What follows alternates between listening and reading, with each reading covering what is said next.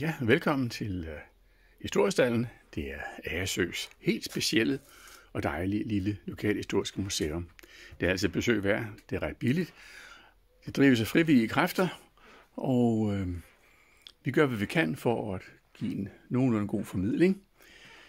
Du må jo komme og prøve at opleve det og se, om du synes, det er godt nok også til dig. Vi hører gerne nyt, vi hører gerne fra andre, hvad I mener om det.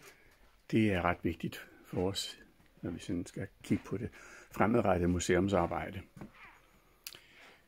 Vi har forsøgt at give nogle glimt fra Agersøs nyere lokale historie, også for at give en tanke til de mennesker, der har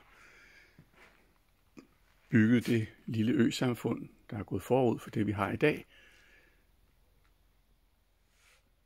Og så har vi herovre, der har vi nogle af vores tabloer, hvor vi har forskellige tidsalder repræsenteret. Og så i midten her, der har vi det, der er helt enestående. Det er et lille udsnit af de modelsejlskibe, som blev brugt ved børnenes kapsejladser. Vi var det sidste sted i Danmark, hvor børnenes kapsejlads holdt op. Det var faktisk så sent som 1962. Det næste sidste sted, det var i havnen i Helsingør i 1955.